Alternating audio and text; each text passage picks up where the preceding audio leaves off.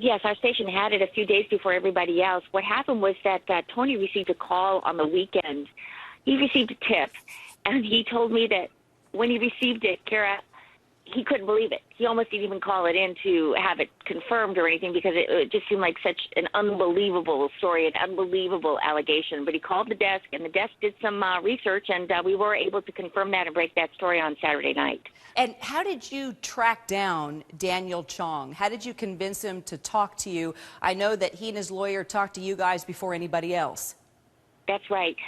Well, it was a lot of work. I will say that on we put together some pieces and figured out that the raid was in a university city, which is the campus that was closest to that was UCSD. So we sort of hung out at UCSD for a little while, and figured out that a roommate had reported him missing. It was a missing persons report, and so we were able to track that. We didn't know that the missing person was in fact the person that was stuck at the DEA's office, but we just kind of went down that avenue and tried to check that out. Eventually got some information about the report that was filed, which led us to the students' roommates. We talked to the students' roommates. They said, oh, he's with his attorney, and we kind of knew who this attorney could be, called the attorney, and then we were able to get the one-on-one interview.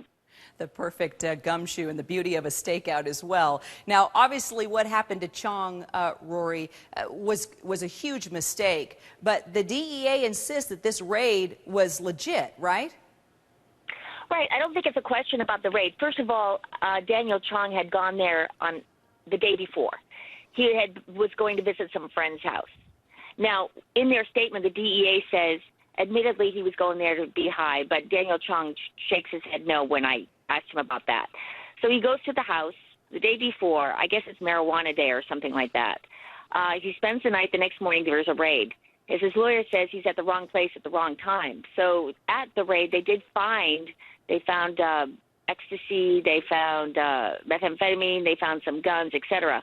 But according to Daniel Chong's lawyer, Dean Iredale, his client didn't.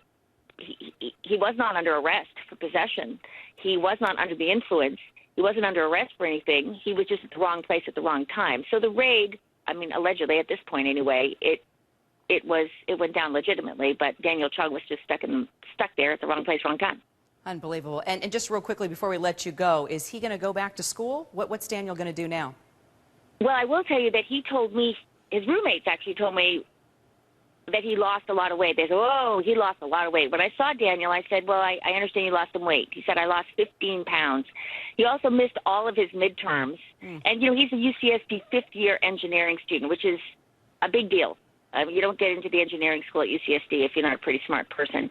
So he missed all of his midterms. He said, that's a setback, but considering what he's been through, not a big deal. But, Kara, I just want to add that when this kid woke up in the hospital, I think that is the part that was he seems to be traumatized by.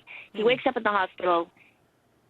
He finds out that he almost died. He almost died, the medical staff tells him, of renal failure. And then they start telling him what happened to him in terms of his medical condition, and he can't believe it. I said, and of course, being a mom, I said, what did your mom say? So my mom came and visited me, and quote unquote, she was horrified at what had happened.